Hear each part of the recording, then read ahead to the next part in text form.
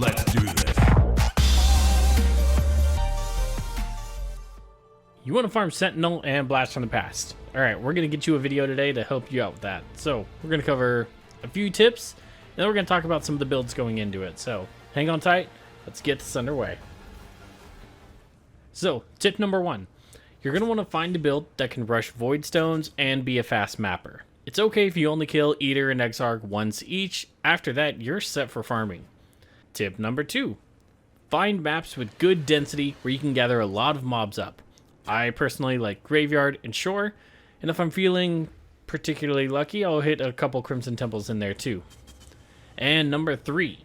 We're going to be juicing using simple strategies, making sure we use Adziri's Fragments, Scarabs, and Void Stones with Sextants to inflate mob density, quality, and item rarity. Mixing these in with the different types of Sentinels are going to be a great way to kind of just power juice our Sentinels that are going to be coming out and giving us the kind of loot that we want to need.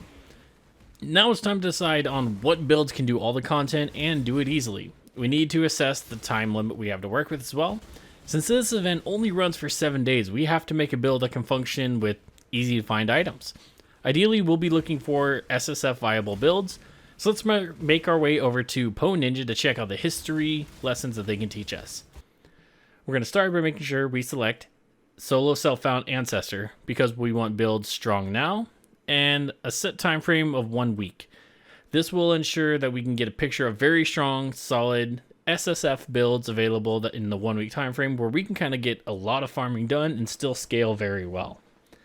So looking at the information we have, the best league starters for Blast from the Past event are going to be Boneshatter, Explosive Arrow, Righteous Fire, Lightning Arrow, and Summon Raging Spirits. I don't know much about Lightning Arrow or Summon Raging Spirits myself, but I can give some advice about the others. Boneshatter is very strong, very tanky, and great for pushing XP. If your goal is to play the lottery of the MTX, this is a strong contender. However, it does struggle to boss, and if you're unfamiliar with how to scale the build quickly, it might not be the easiest to get a day 1 lead. But it will most likely be very strong once you're able to get everything online, and you'll farm Sentinel and Calandra content very easily, with the exception of the few rare boss spawns that appear in the Calandra area. So overall, I'd rate Boneshatter an A-. Next is Explosive Arrow. Very strong for early bossing, good at mapping, clearing, and just doing everything well.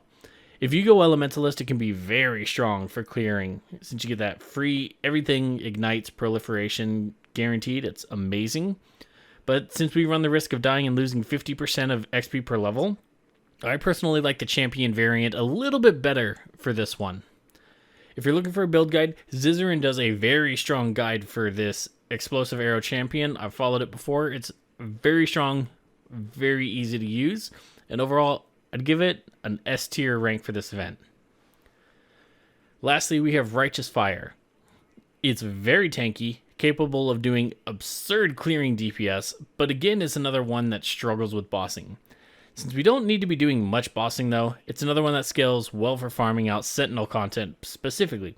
Due to having the unique mobs in Calandra, it will not be as effective for that in particular, but it's still going to give you a really good clear and a good strength overall. I'd give RF an A rank as well, and if you want a guide for it, you can check out Pohx's guide for it for Righteous Fire, as you can for everything Righteous Fire. Pohx is incredible. The last two, I wish I could give you guys a better breakdown of, but unfortunately, I am not experienced with those builds.